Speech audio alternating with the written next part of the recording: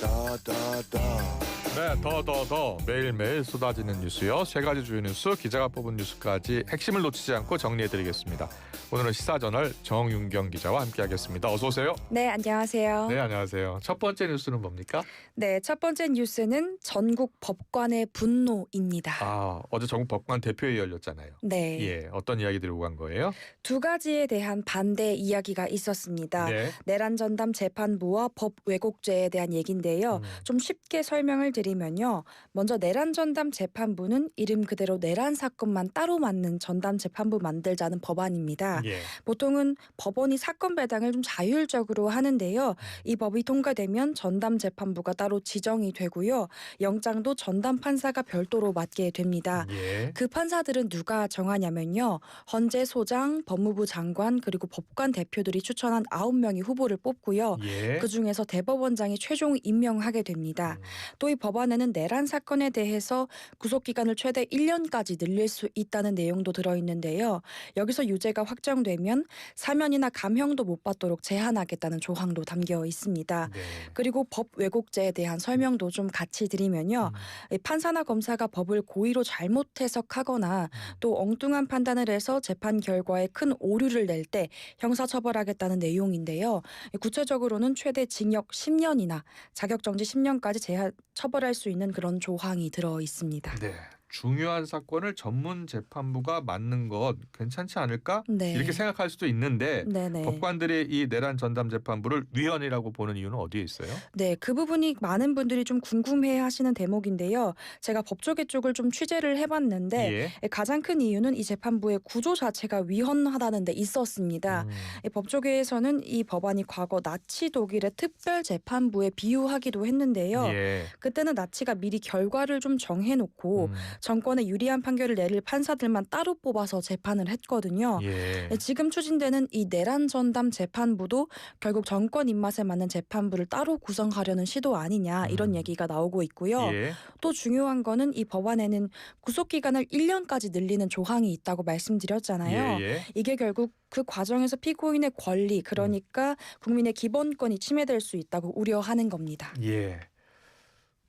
관련해서 민변도 이 구속기간 연장 규정은 불필요한 법적 논란을 야기할 수 있다. 네. 추종 세력이 내란 전담 재판부 정당성과 합법성을 흔드는 빌미를 덧붙여줄 이유는 없는 것 아니냐라면서 반대 입장을 낸 것 같아요. 네. 자, 이렇게 법관들의 반대가 실제로 법안 통과에는 어떤 영향을 미칠 것으로 보세요? 네, 결론부터 말씀드리면 예. 이 법적으로는 막을 수는 없는데 정치적으로는 영향이 있을 수 있다는 얘기가 나오고요. 예. 이 법관 대표 회의는 그냥 판사들의 모임이 아닙니다. 각급 법원의 판사들이 공식적으로 모여서 의견을 내는 기구거든요. 예. 게다가 진보 성향 판사들이 주도해온 조직인데도 여당 법안에 반대했다는 점에서 정치권도 그냥 넘어가긴 어려울 걸로 보입니다. 예. 실제로 여당 내에서도 위헌 소지는 수정하자 이런 목소리 나오고 있고요. 본회의 전에 일부 조항이 바뀔 수 있다는 얘기가 나오고 있습니다. 그래요. 이 두 가지 법안은 일단 법사위를 통과했기 때문에 네. 본회의만 통과하면 되잖아요. 네. 여당이 절대 다수를 차지하고 있기 때문에 언제든지 통과할 수 있는데요. 지금 어제 의총 보니까 여러 자성의 목소리도 나왔다고 해요. 네, 그렇습니다. 민주당 내에서도 조금 흔들리는 분위기 같습니다. 예. 어제 취재를 좀 해봤는데 예. 2시간 가까이 진행된 의총에서 내란 재판부 자체는 필요하다 이런 공감대는 있었지만요. 예.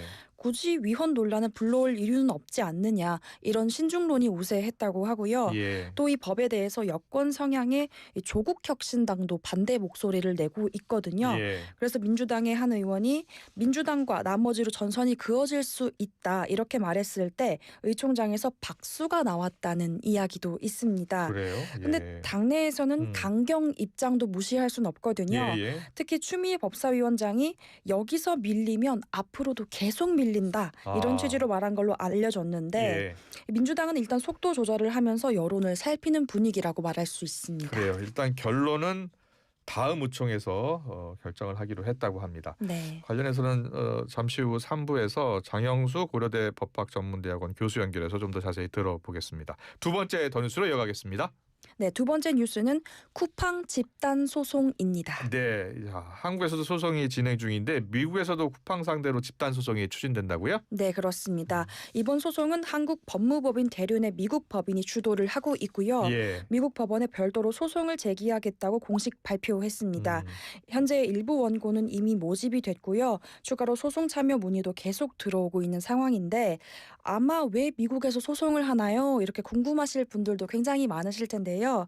이번 소송 대상이 되는 쿠팡 INC가 미국에 상장된 쿠팡의 본사이기 때문입니다. 예. 이 회사는 한국 쿠팡 지분을 한 100% 소유하고 있고요. 예. 창업자인 김범석 의장이 미국 국적인데다가요. 음, 의결권의 70%를 갖고 있기 때문에 법적 책임 소재를 미국 본사에 묻겠다는 전략으로 읽힙니다. 그래요. 그럼 한국에서도 소송이 진행되고 미국에서도 소송이 진행되고 뭐가 다른 거예요? 네, 소송의 성격 자체가 좀 다릅니다.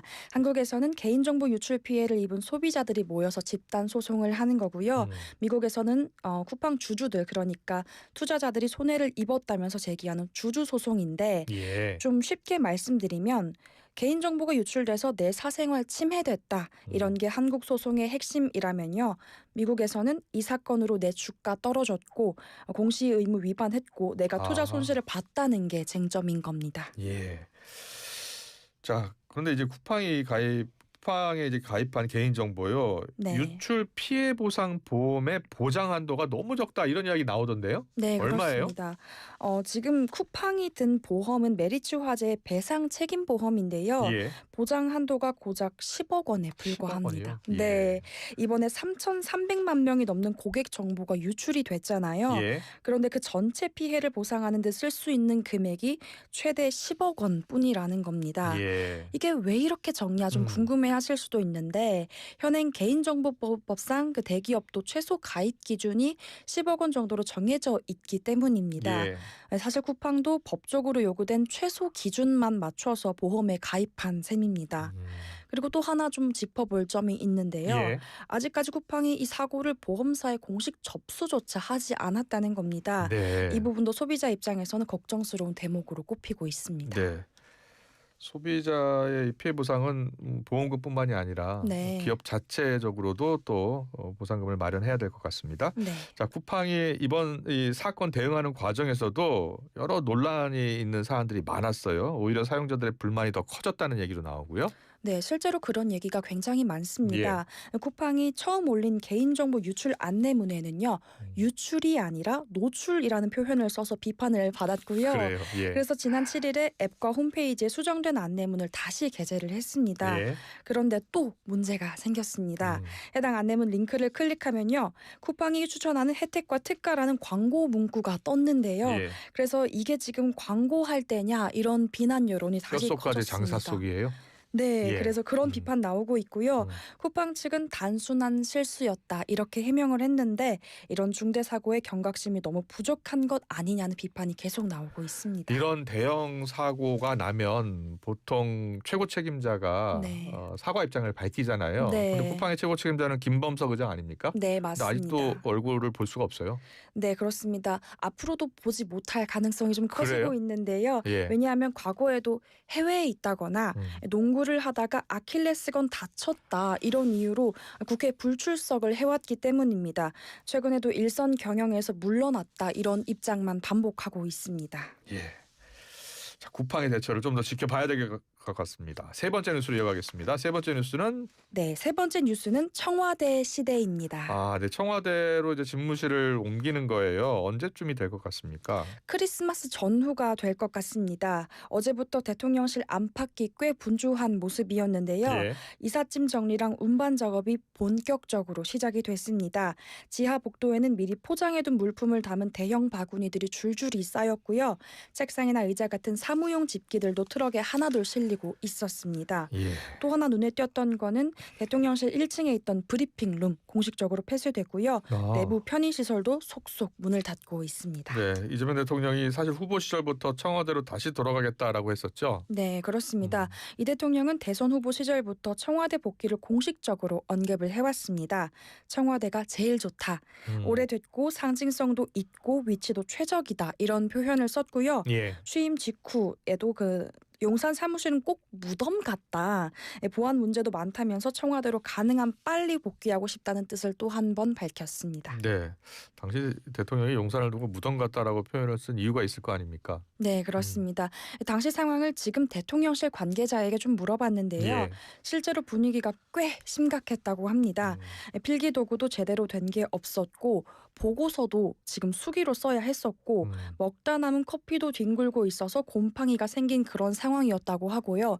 남성 직원들 같은 경우에는 정장에 먼지 구덩이가 너무 많이 묻었다 이런 얘기도 나왔는데 예. 그래서 우리가 그걸 무덤 같다고 표현한 건 음. 정말 온화하게 말한 거다. 예. 사실은 더 심각하게 말해도 되는 상황이었다는 말까지 나왔습니다. 음.